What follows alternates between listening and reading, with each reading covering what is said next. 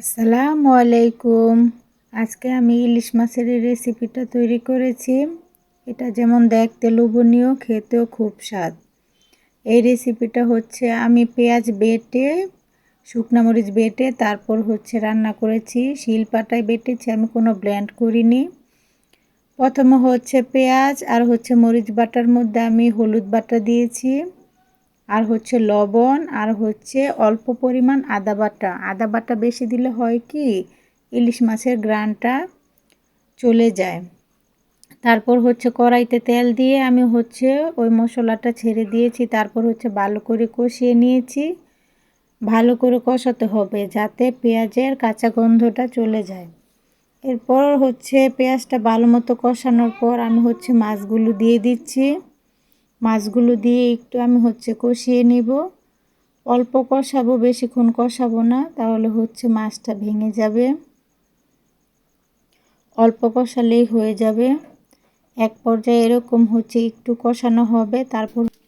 এরপর আস্তে আস্তে আমি উল্টিয়ে দিব। সাবধানে উল্টাতে হবে, না হলে কিন্তু মাছগুলো ভেঙে যাবে। এক পিঠ হওয়ার পর তারপর আমি উল্টে দিচ্ছি। এই যে দেখো, একটু লাগলেই, ইলিশ মাছের শরীর তো অনেক নরম থাকে, একটু যদি এদিক সেদিক নাড়াচাড়া হয় তাহলেই কিন্তু মাছগুলো ভেঙে যাবে। আমি একটু নেড়ে দিলাম। তারপর আমি একটু কষানোর পর হালকা পরিমাণের জল দিয়েছি। দেখো, বেশি জল কিন্তু দেইনি, অল্প পরিমাণ জল দিয়েছি। এই পর্যায়ে কিছুক্ষণ চুলার আঁচটা একটু কমিয়ে রাখবো। তারপরে একটু একটা কাপড় দিয়ে একটু মাছটা এইভাবে একটু নেড়ে দিব। আমি আর নাড়বো না, খুন্তি দিয়ে নাড়লে গিয়ে মাছটা ভেঙে যাবে। তারপর ধনেপাতা কাঁচামরিচ দিয়ে মাছটা কিছুক্ষণ রেখে নামিয়ে নিব।